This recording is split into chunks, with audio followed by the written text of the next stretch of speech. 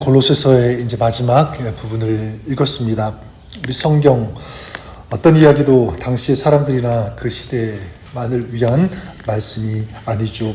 성경은 그 쓰여진 그 시대를 비롯해서 오늘 우리까지 그리고 다음 세대까지 모든 사람들을 위한 말씀이라는 것을 믿습니다. 특별히 우리가 지금 읽은 이 서신서, 골로새서도 마찬가지입니다. 서신서라고 해서 이것은 개인에게 전달되어지는 것이 결코 아닙니다. 바울의 편지를 받는 사람들에게만 해당이 되는 것이 아니고 모든 사람들에게 해당이 되는 그런 말씀이라고 믿습니다. 오늘 말씀 우리 편지 이 골로새서를 마무리하면서 특별히 바울은 자기와 함께 있었던 그 사람들의 이름을 일일이 언급하면서 그들도 너희를 문안한다, 안부를 전하고 있습니다. 좀 궁금한 것은 왜 바울은 골로새서를 마무리하면서 자기와 함께했던 그 사람들 그 이름을 일일이 거론하면서 또 안부를 전하는 것일까? 이 질문을 던져보게 됩니다. 내 옆에는 이런 사람들이 있다. 이것을 자랑하기 위한 것일까? 절대로 그렇지 않습니다. 이 편지가 골로새 교회와 성도들에게 전달되는 것이라면 이 편지를 마무리하는 이 끝부분에도 분명한 영적인 메시지가 있을 것이라고 믿습니다. 자, 그것이 무엇일까? 바울은 자기와 함께 있었던 이 사람들의 이름을 쓰면서 어떤 마음으로 썼을까? 이것을 생각해 보게 됩니다.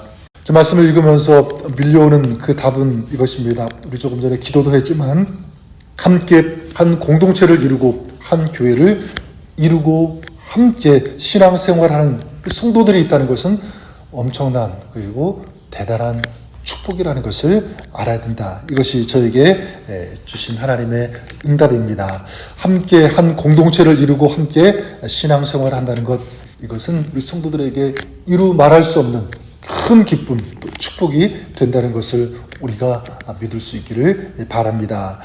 예수 그리스도를 믿음으로 얻는 그 축복, 전에도 한번 제가 말씀드린 적이 있는데 여러분 그것은 관계의 축복이다 이렇게 말씀드리고 싶어요. 먼저는 하나님과의 관계가 세워진 거죠. 관계가 연결된 것입니다. 하나님을 아버지라고 부를 수 있고 하나님의 자녀가 되었다는 것, 이것은 이 세상에서 가장 큰 놀라운 그런 축복이 아닐 수 없습니다. 또한 그 다음에 한 분이신 하나님을 아버지라고 부를 수 있는 이 믿음의 형제 그리고 자매들이 생겼다는 것입니다. 이것은 축복입니다. 그래서 성경도 보면 이런 관계에서 나오는 이야기들이 성경에 가득 채워져 있음을 보게 됩니다. 하나님과의 관계에서 어떻게 살았는지, 어떻게 행했는지, 어떻게 승리했는지, 이런 관계 속에서 이루어지는 그런 이야기들, 그리고 믿는 사람들과의 관계에서 있어지는 이야기들, 이것이 성경의 이야기입니다. 자, 그런데 하나님과의 이 관계가 만약 멀어지게 되고 또 하나님을 믿는데 이런 같은 믿음의 형제, 이 자매들 사이 관계가 만약 멀어지고 서로 상처가 된다면, 또 서로 미워하는 어떤 그런 일이 일어나게 된다면 이것은요 굉장한 아픔입니다. 근데 안타깝게도 이런 일들이 굉장히 많이 이 시대 가운데 또 교회 안에서도 일어날 수 있다는 것을 우리는 생각해 보지 않을 수 없습니다. 관계의 이 축복은 굉장히 큰 것이기 때문에 사단은 어떻게 해서든지 이 관계의 축복을 망가뜨리려고, 파괴시키려고 가라지를 뿌리고 공격하기 때문이라는 것을 우리는 생각해 보게 됩니다. 여러분, 이것이 사단의 공격이라면 우리는 그것을 이겨야 하는 줄 믿습니다. 용납하지 않고 이겨야 한다. 어떻게? 함께 예배하고 함께 교제하고 함께 삶을 나누는 그런 믿음의 형제들이 있다는 것을 늘 감사하면서 기뻐하면서 그리고 이것을 축복으로 생각하면서 나아갈 때 우리는 이런 사단의 공격을 이길 수 있게 되는 줄 믿습니다. 자, 그러면 이 믿음의 형제, 이 자매가 있다는 것이 왜 그러면 축복이 되는가라는 거겠죠. 두 가지를 말씀드리고 싶은데, 한 가지는 뭐냐면 이건요 서로에게 너무나 큰 위로가 되기 때문에 그렇습니다. 그래서 11절에 이렇게 말씀하고 있습니다. 유스도라 하는 예수도 너희에게 문안하니 저희는 할례당이라 이들만 하나님 나라를 위하여 함께 역사하는 자들이니 이런 사람들이 나의 위로가 되었느니라. 바울이 유대주의자들에게 공격과 이 핍박을 받고 있을 때 이 아리스다고 마가 또 특별히 유수도 예수라고 하는 이 사람이 자기의 위로가 되었다. 직접 바울이 고백하고 있습니다. 이들이 자기를 이해해 주었고 보호해 주었고 힘이 위로가 되어 주었다는 것입니다. 저는 우리 성도들이 이런 관계여야 된다고 믿습니다. 사단의 공격, 이 죄의 공격 때문에 아파할 때, 신음할 때 그걸 자꾸 해주고 더 아프게 하는 것이 아니라 오히려 반대로 위로해주고 싸매어주고 품어줄 수 있는 그런 성도, 그런 하나님의 사람. 그래서 10절과 11절에 보면 이 함께라고 하는 단어가 2번 나오게 되죠. 함께 있는 것 그 자체가 사실 큰 힘이 되고 좀 위로가 된다고 생각합니다. 이것이 성도와의 관계고 이 성도와의 관계는 축복입니다. 저는 이것이 여러분들에게 있어서 큰 축복으로 다시 한번 다가올 수 있기를 바라겠습니다.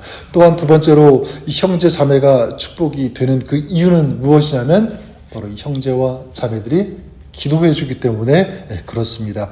12절에 보면 그리스도 예수의 종인 너희에게서 온 에바브라가 너희에게 문안하니 저가 항상 너희를 위하여 애써 기도하여 이렇게 말씀하고 있죠. 에바브라가 너희를 위해 애써서 힘써서 전력을 다해서 중보하며 기도했다라고 하는 것입니다. 그래서 13절에는 바울이 그가 기도로 수고했다는 것을 내가 증거한다 이렇게 말하고 있습니다. 확신이죠. 자, 무엇이냐면 그러니까 골로새 교회 교인들 너희들은 얼마나 축복된 사람들인지 얼마나 행복한 사람들인지를 알았으면 좋겠다. 이것을 호소하고 있는 것입니다. 여러분 이 세상에서 나를 위해서 여러분들을 위해서 기도해 줄 수 있는 정말 사랑으로 그렇게 기도해 줄 수 있는 사람이 누가 있을까? 아마 가족들이 가장 절실하게 간절하게 기도하지 않을까 생각해 보게 됩니다. 그런 의미에서 우리 영적인 믿음의 형제, 우리 영적인 가족들도 마찬가지죠. 여러분 그렇기 때문에 우리 한 공동체의 성도인 것은 저 행복이고 전 축복이라고 믿습니다.